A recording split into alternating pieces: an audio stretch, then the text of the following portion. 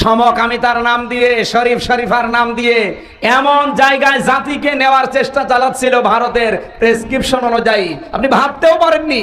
একটা লোক সকালে বলছে আমি শরীফ, বিকালে বলছে আমি শরীফা।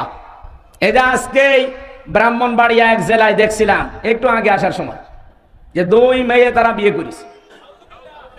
আরে ভাই, আপনারা নিজেরাই যদি বিয়ে করেন তা আমরা কি ঘাস কাটছি?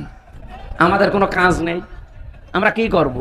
জাতিকে যারো সন্তান উপহার দেওয়ার জন্য এই শরীফ শরীফা চালাতে চেয়েছিল, আল্লাহ বাঁচিয়ে দিয়েছে। নাইতে আপনার মেয়ের অবস্থা, আপনার বোনের অবস্থা ঠিক এইটাই হয়তো। এই কথা বলেন না কেন? ও যতই দাবি করুক আমি শরীফ থেকে শরীফা, মাল তো ঠিক আগেরটাই আছে। শিক্ষা ব্যবস্থাকে পুরা ধ্বংস করে ফেলেছিল এরা। আল্লাহ যদি দয়া করে দেশটা দ্বিতীয়বার স্বাধীন করে না দিত, আল্লাহর কসমে জাতি অলরেডি জাহান্নামে প্রবেশ করেছিল। এই পৃথিবীতে একমাত্র হেদায়েতের কিতাব একটাই আছে, তার নাম কোরআন শরীফ। কোরআন বাদ দিয়ে পৃথিবীর কোন কিতাব আপনাকে হেদায়েত দেওয়ার ক্ষমতা রাখে? বলেন বলেন। সুতরাং পৃথিবীর কোন কিতাব পড়ে আপনি হেদায়েত পেতে পারেন না কোরআন ছাড়া।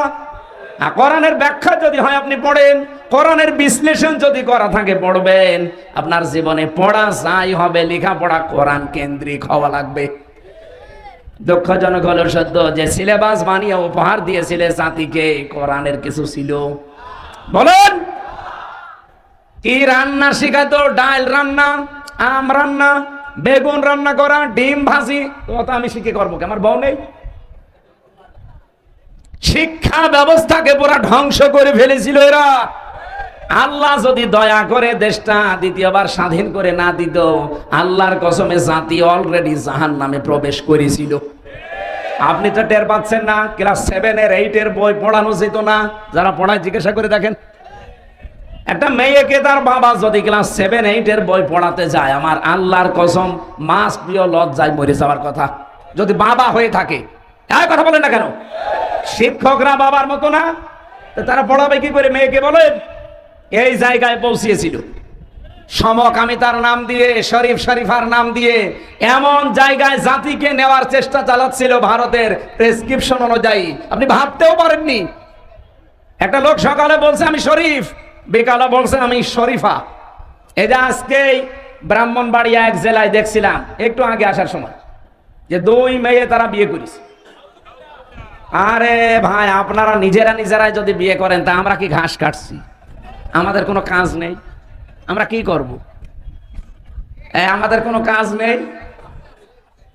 আর আমরা জানি বরিশাল বিভাগের মানুষেরা টাটকা জিনিস খায়, তো বিশেষ করে বরিশাল, ভোলা, পটুয়াখালী, বরগুনা, পিরোজপুর, এই সমস্ত জেলার মানুষ নদীর ধারে তো সব টাটকা জিনিস খায়। এদের বউ লাগে 3-4টি করে। তা আপনারা মেয়েরাই যদি বিয়ে করে ফেলেন তা আমরা করব কি? আমরা খুলনা বিভাগের মানুষেরা যাই হোক আছি, তা আপনারা তো আরো সমস্যায় পড়বেন বেশি। কথা বলছেন? মুরব্বী তো বুঝেছে। এ পর্যন্ত থাকলেও আমি একটা কথা বলতাম না, কিন্তু সকালে আপনি শরীফ, বিকালে বলবেন আমি শরীফা লাগছে। আপনি কি বললে শরীফা হয়ে যাবেন? আপনি শরীফা পর্যন্ত বলেও যদি ঠিক থাকতেন তাও তো কিছু বলতাম না।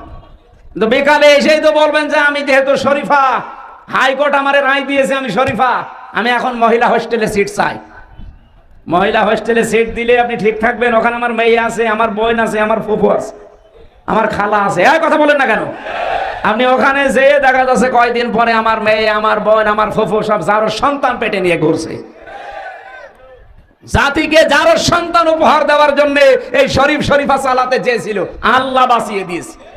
নাইতে আপনার মেয়ের অবস্থা, আপনার বোনের অবস্থা ঠিক এইটাই হয়তো। কথা বলেন না কেন? ও যতই দাবি করুক আমি শরীফ থেকে শরীফা, মাল তো ঠিক আগেরটাই আছে। এই জন্য হেদায়েত দেওয়ার একচ্ছত্র মালিকানা আল্লাহ কোরআনকে দিয়েছেন। হুদান, এটাই পথ নির্দেশিকা। এখানে একটা হাদিস এসেছে, বলবো আমি, আপনারা শুনতেছেন? তিরমিজি শরীফের হাদিস। এইটাই আমার ওয়াজের ফার্স্ট পয়েন্ট। ভালো করে শুনবেন। যদি মেনে নিতে পারেন কপাল খুলে যাবে এক্ষুনি, আর যদি মানতে না পারেন ওই যা ছিলেন তাই। মানিত্তাবাল হুদা বিগাইরিল কোরআন আদাল্লাহুল্লাহ। তিরমিজি শরীফের হাদিস। নবীজি বলেন যেখানে কোরআন নেই যেহেতু হেদায়েত দেওয়ার মালিক আল্লাহ, আল্লাহ কাকে দিয়েছে? কোরআনকে। বলেন বলেন, আরো জোরে বলুন।